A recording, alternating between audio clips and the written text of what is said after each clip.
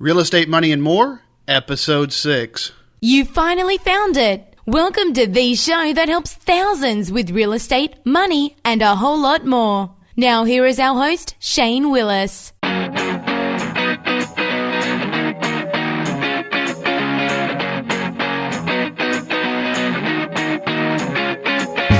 Well, hello, and welcome to Real Estate, Money, and a Whole Lot More. My name's Shane Willis, and this is the podcast for investors and entrepreneurs to get ideas and tips that can help them succeed financially and in life.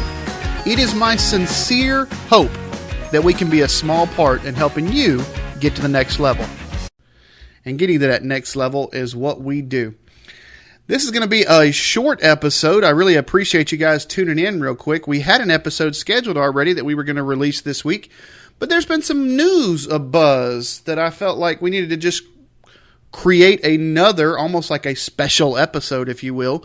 But since it's going to be on our scheduled release day of Thursday, I was going to go ahead and just use that as this week's episode, and the one that I had planned to release this week will release next week. But we have some upcoming episodes that are really, really good. I've got some special guests coming on the show with me. It's not just going to be me. I have some lenders coming on. We've got an episode dedicated to FHA lending. We've got an episode dedicated to VA lending. I've got an episode dedicated to 203K and what a rehabilitation loan can do and how you can actually buy one of those foreclosures or short sales that's pretty beat up, utilize the loan to rehab the property to get it very livable and get a bunch of stuff done out of that and roll all that work into the loan. So that's going to be a pretty popular episode, I'm sure.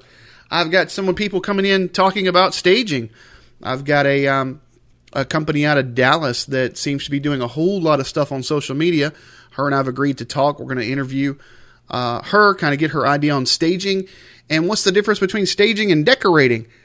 Because some people think staging is just decorating. Well, it's not. You can stage it without decorating it.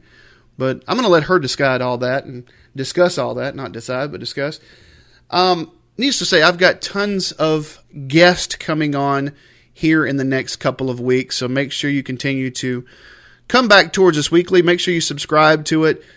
The podcast here, if you're listening in iTunes or if you're on the website, make sure you subscribe to the RSS feed.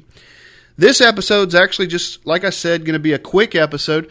I'm going to talk about the buzz of the week, which is, and I'll let you know, we're going to discuss it in detail a little bit in just a few minutes, but I wanted to let you know what we're talking about this week, and that is the acquisition of Trulia from Zillow.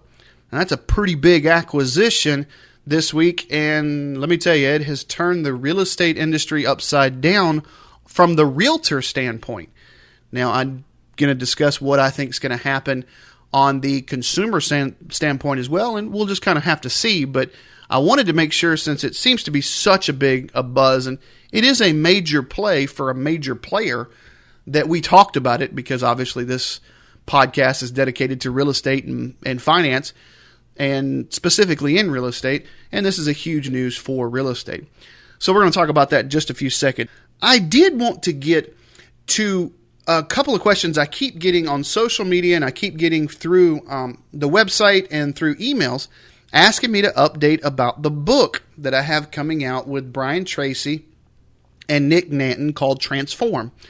If you follow me on Twitter, which is twitter.com/Shane Willis 10, Shane Willis 10, I had posted out that we got our official invitation from the National Academy of Best-Selling Authors to come out and receive their Quilly Award, which is a bestseller summit. They're expecting this book to become a bestseller just because Brian Tracy has such a following that they don't see any reason why it won't become a bestseller very, very quickly.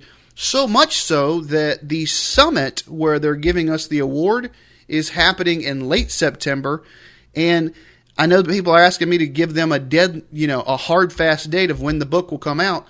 I don't know yet. I was talking with the production team earlier this week, and all we can really say is we're shooting for the first 10 days in September.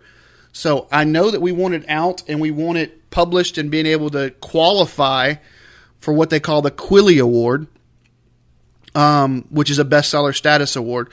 When we go out to Los Angeles, when I say we, my wife and I have been invited to go out, and that's on the 24th. I know that it should come out before then. It will come out before then. I know that the publisher's pushing really hard to make sure that happens. And we'll get it, as I get more information, I will make sure I put it out in this podcast. I'll put it out on our website. I'm going to dedicate a page, and I will put in the show notes here, which if you're looking to find the show notes, it's realestatemoneyandmore.com/episode 6. I'll put in the show notes the page that we're going to start dedicating on the website to this Quilly Award.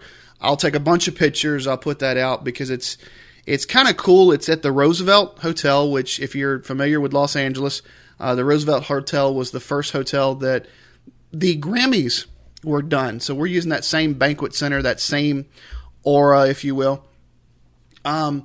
They've got all kinds of stuff coming in. I think the day before, we actually have a summit where we're listening to a couple of speakers, and it looks like Mark Victor Hansen's going to be there, who is one of the authors for a little book called Chicken Soup for the Soul.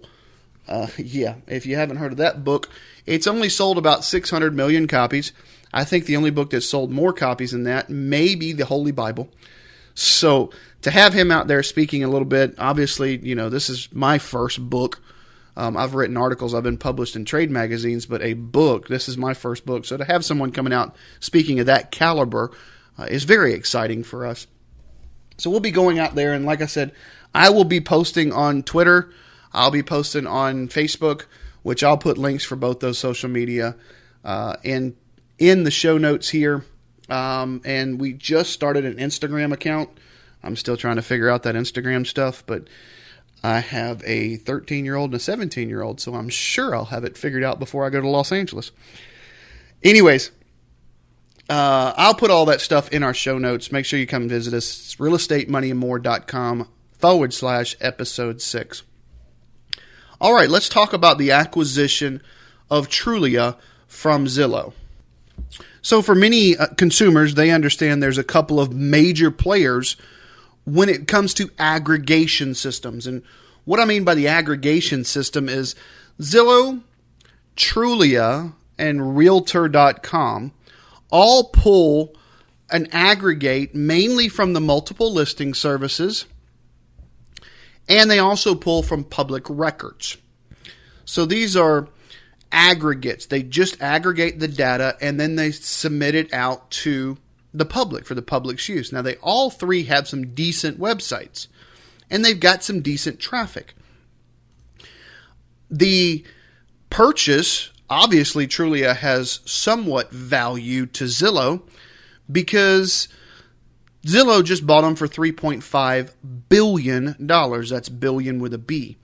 Now, let me kind of back up because there's been some jockeying going on in this space online for a while now. Trulia last year, I want to say it's last year. Don't quote me on that. It was either last year. I want to say it was in the last 12 months. Acquired Market Leader, and via acquiring Market Leader, they acquired a blogging service called Active Rain. Active Rain is a pretty decent blogging service that's promoted highly to a lot of real estate agents.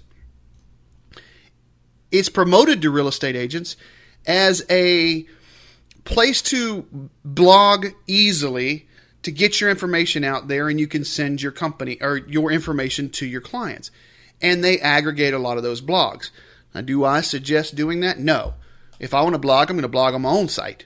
I'm not going to blog on somebody else's site and give them the traffic. And we'll talk about why here in just a minute. But Active Rain was very, Google friendly, because it had so much traffic coming to it, because it had so much content with so many keywords. Then Active Rain's blog posts start to come up a lot on your searches when someone's searching for a particular keyword or a particular area. So Trulia saw value in that, and paid for it and brought Active Rain and Market Leader under the Trulia umbrella. So under that umbrella, they bought it. And now Zillow turns around and purchases the Trulia umbrella. Now, out of the three aggregate systems, the rankings by most realtors, and I say most, I know as soon as I say most, there's going to be a realtor out there that disagrees with me 100%, and that's okay. I agree with this particular one as it stands right now. One of the better services was Zillow. Number 2 was Trulia. Number 3 was Realtor.com. And the National Association of Realtors backs that same data by saying that Zillow has probably double the traffic of Trulia, and Trulia has probably triple to quadruple the traffic of Realtor.com. Now, Realtor.com is owned by the National Association of Realtors and has started to do some marketing. So you're starting to see more and more pickup on Realtor.com. We'll just have to see how that goes. But Zillow basically aggregates all this information and then gives it to the public for free. Now, how do they make their money? Well, they come to people like me and say, we have these buyers and sellers coming to our site looking in your area. Would you like to advertise on our site? You would be specific to this particular zip code, and you would be a specialist in that particular zip code. Trulia does the same thing, so does Realtor.com. One of the problems I see coming is that Zillow bought the second bully in the area, if you will. Check Twitter. There was a whole bunch of combinations between Zillow and Trulia and what type of the new name it was. I think Zilla won out like Godzilla, but Rabbit Trail, sorry. Zillow was the big bully on campus. Trulia was the next one. And then Realtor.com was the small kid on the playground. Although 10 point something million views a month is definitely not a small kid. If the biggest buys the second biggest, now they are literally controlling 85% of the marketplace, I think is the statistic that the National Association of Realtors came out with. In this space, they're going to control 85% of the marketplace. The problem I see with that now is twofold. One, inside industry, I think they're going to turn around and raise rates on agents to where they can't even afford it. Now, I've seen people spend tens of thousands of dollars a month with Zillow, Trulia, Realtor.com, and get not all that good leads. But if you're the only game in town, well, now you just have to do it. So I think that's going to cause problems internally. I think if they get too sky high, they're going to price themselves out of the market. Now, secondly, is with some of their information. And they're trying to find ways to sell information back to industry users all day long. I got a call the other day from Zillow wanting to know if I wanted to be exclusive in a town, the town that I work in, for leads on properties that were not on the market. I had to pause and went, wait, what? Would you like to be the exclusive to receive buyer leads for properties that are not on the market? Why the heck would I want to do that? But I wanted to listen. My curiosity piqued up because A, I wanted to find out how much they wanted to charge me for that. And B, I wanted to find out what in the world were they talking about? Well, this is a problem I see with some of these aggregate systems. And we're going to use my home state of Florida just to prove a point. Let me walk you down a story.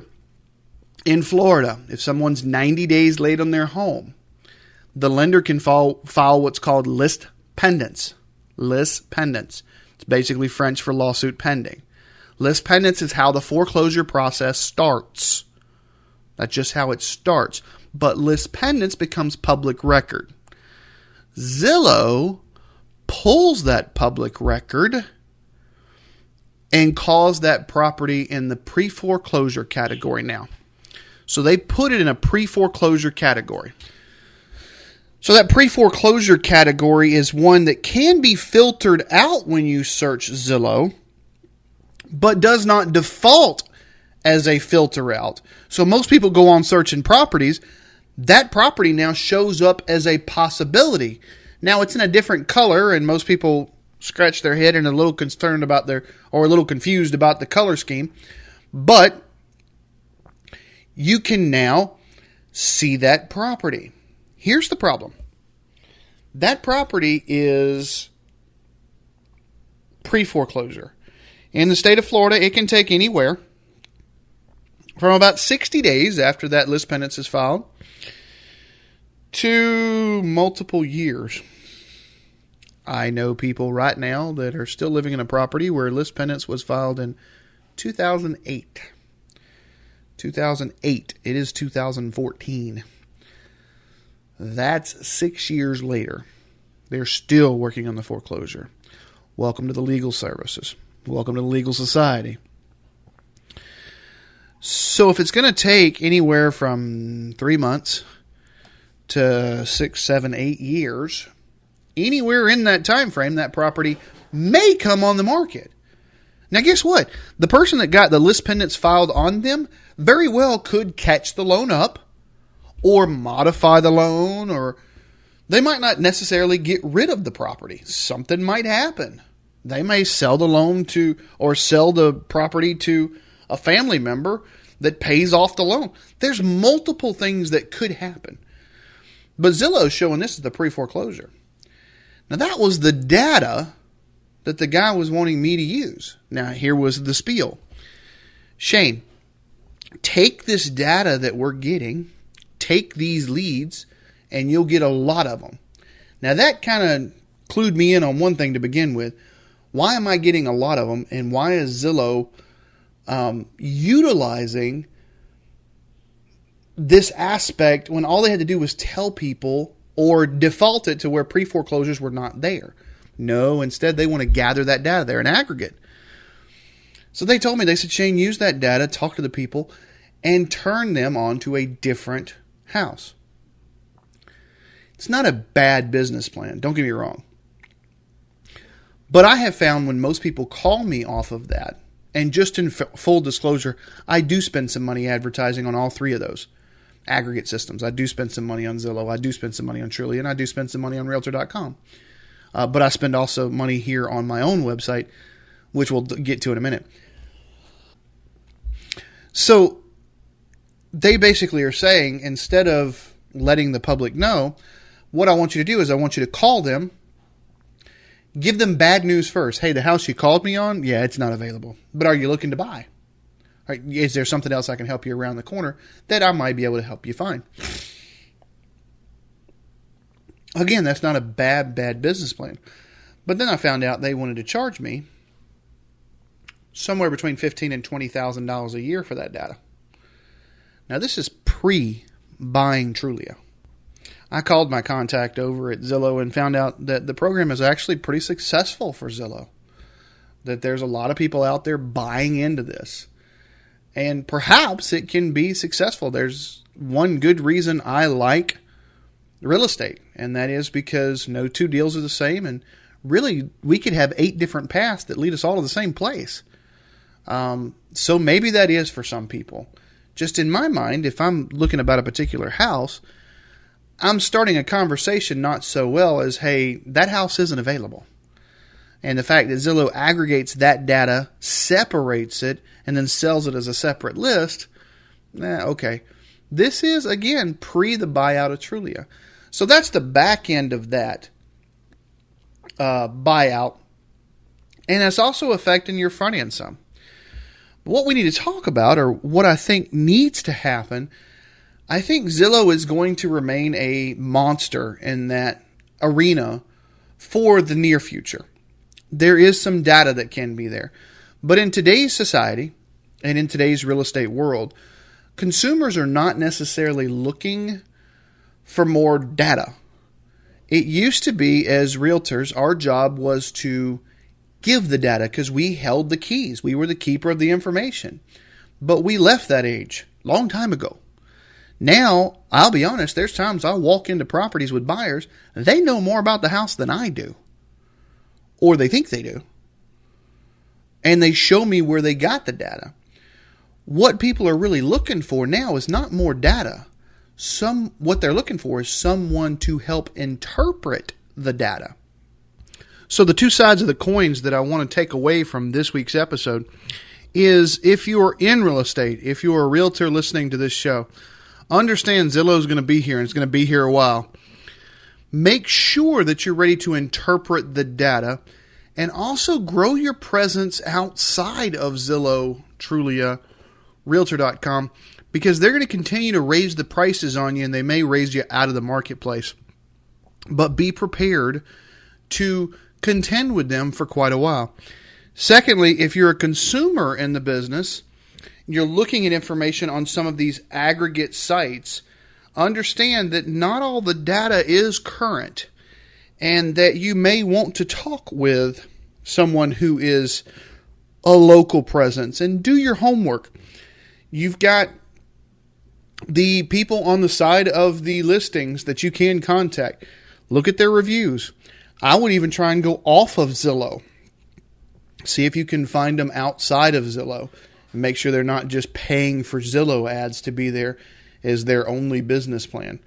They may still be a good realtor, but I would always suggest getting somebody outside of it. And if you're a seller, you definitely want somebody inside and outside of your Zillows, your Trulias, your Realtor.coms. So that's going to bring us to the end of this show. Just wanted to make sure I did this special episode, as this is a big play in the real estate online searching arena, which, according to the National Association of Realtors, 96.4% of buyers start their real estate search online. So an acquisition of well over $3 billion in the online real estate search space was definitely newsworthy, and I thought it would just needed to be on this particular episode, since it is very relevant right now. I hope you learned something. I hope you're subscribing and getting these weekly. Make sure you visit the website, realestatemoneyandmore.com, and sign up to get these episodes a few days in advance. Thanks for listening, and we'll talk to you next week.